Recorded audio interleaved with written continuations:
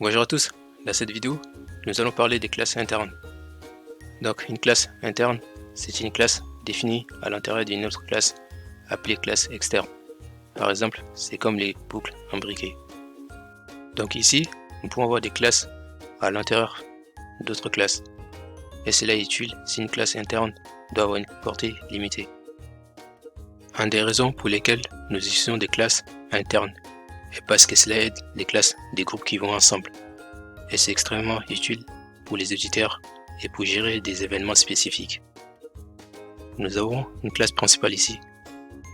Donc nous allons créer également une autre classe.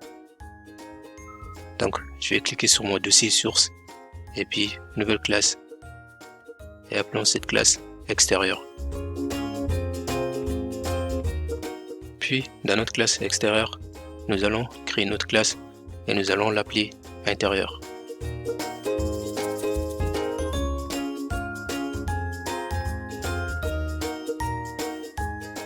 Donc la classe intérieure va être à l'intérieur de la classe extérieure. Maintenant, attribuons quelques variables. Dans la classe extérieure, nous allons créer une chaîne de caractères. Donc string x est égal au mot hello.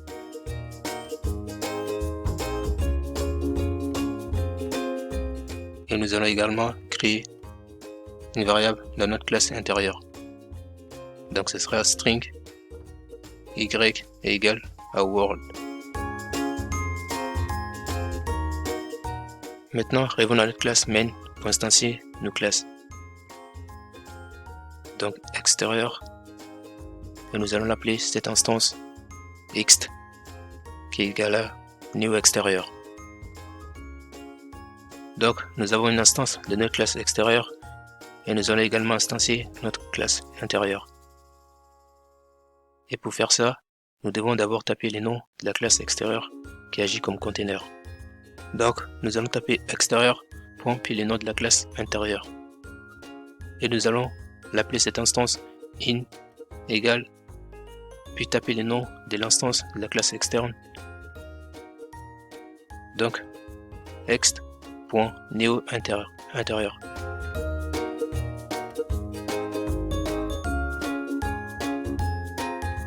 Maintenant, nous allons afficher nos variables x et y. Et si nous voulons accéder à x, donc il faut taper les noms de l'instance de la classe extérieure. Donc ext.x. Et pour la classe intérieure, ce sera in.y. Donc maintenant, si nous devions exécuter ceci, il affiche bien hello world. Maintenant, nous pouvons réellement accéder à une méthode à partir de la classe intérieure. Alors créons une méthode qui sera publique, void salutation.